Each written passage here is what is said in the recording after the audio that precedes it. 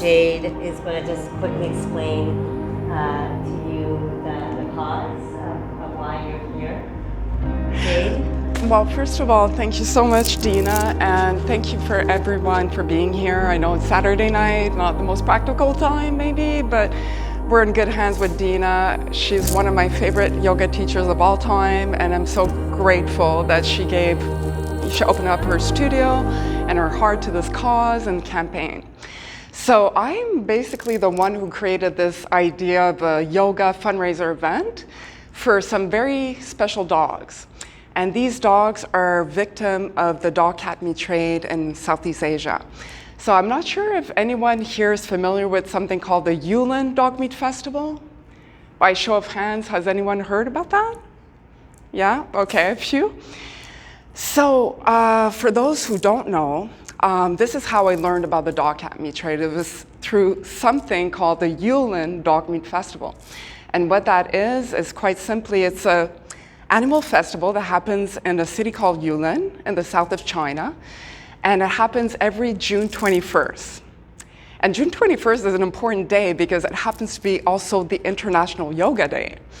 And that's when I kind of pieced the two together. I said, oh, wouldn't it be great to have a yoga fundraiser event to inform the yoga community about this issue of the dog-cat meat trade and raise funds for some very deserving dogs and their rescuers.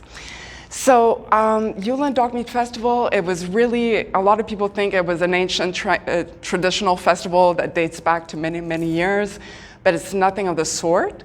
What it is really local dog meat butchers and traders that started this festival as a way of boosting waning dog meat sales in the region and to bring about tourism in China, in that part of China. Because Yulin is pretty void of any commercial interest. It's not much happening there. And so they proposed that to the Yulin government. In 2010, it passed. They got the support of the government, and they launched this Yulin Dog Meat Festival.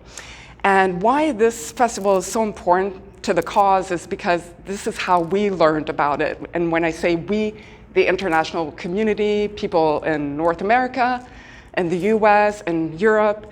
And how did we learn about it? Because we saw in 2014, 2015, some people had started releasing images of what happens during that time, June 21st. It used to last 10 days. And it was a way to celebrate the summer solstice by eating dog meat. And the Chinese activists that lived there and that were very much opposed to this as well, they started releasing images. They wanted the international community to know about this, and they wanted their help. They wanted help from you and I. And so I saw these images, and they were very, very shocking.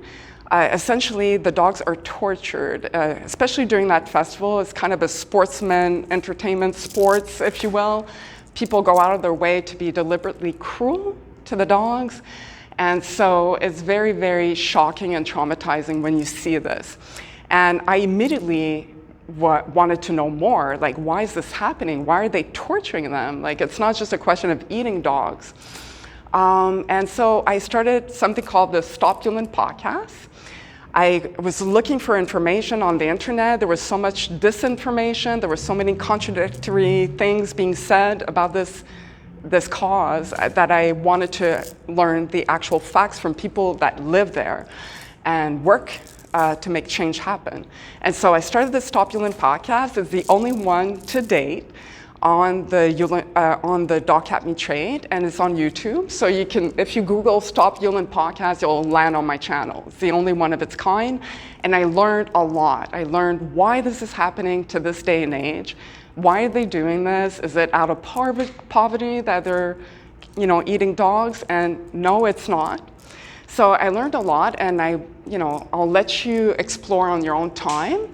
If you want to learn more, you can go to the website called YOGAStopsYulin.com. That's where you'll find a whole page on what is DCMT. DCMT stands for dog-cat meat trade. So you'll learn all about the cause, the issue, per country, because it's China, it's South Korea, it's happening in Indonesia, Cambodia, Vietnam. So you can learn more about this. But through my podcast, I got to know some amazing people. And two of those amazing people are the Chinese rescuers that this fundraiser is supporting. And they're on the website. So if you look at the website, you'll look for the 2023 campaign beneficiaries, which are dogs and they're Chinese rescuers. There's two of them. There's Suki Su, who's located in Changsha, China, which is in central China. And then there's Fita. Fita is someone I've come to know very well. I've been working with her for 3 years, supporting her financially, helping her promote her work in the West through a banner, under the banner called WOW Rescue Society. And WOW, quite simply, it means Woofers of Wuhan, because she's located in Wuhan.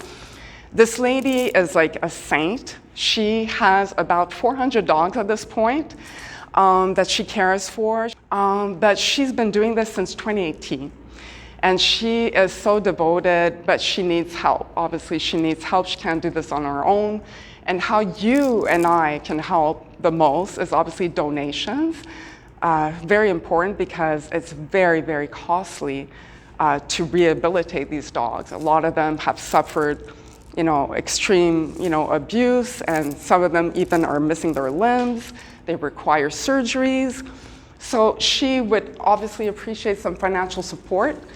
But there are other ways you can help as well. You can share the post, you can share the website, you can tell your friends about this, and raising awareness, it does make a difference because the more people know about this, the more we can enact change, eventually eradicate this horrible trait. And the other ways you can help is you can volunteer.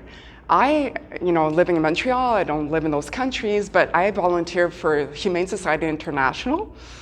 They have an office here and a rescue center. They call it the Trauma Center. It's located in Vaudreuil. And I have to tell you, this is the most validating way to help because you get to work with these dogs. You get to build up their confidence because they've been through so much trauma. So that's an excellent way to help as well.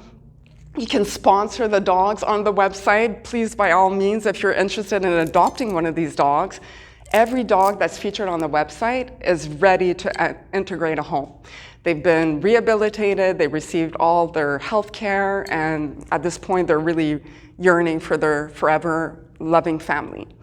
So these are all the ways that you can help, and if you're interested in learning more, like I said, the Yoga Stops Yulin website, yogastopsyulin.com, has a lot of information. You can reach out to us. There's like a link to send us a message. You can ask questions.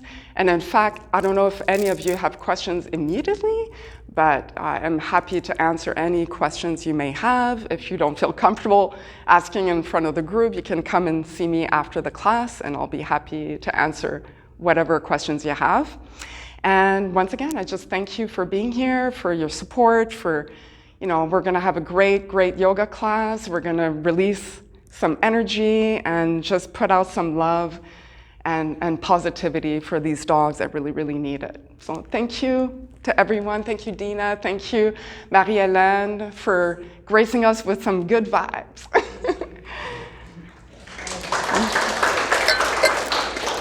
Thank you.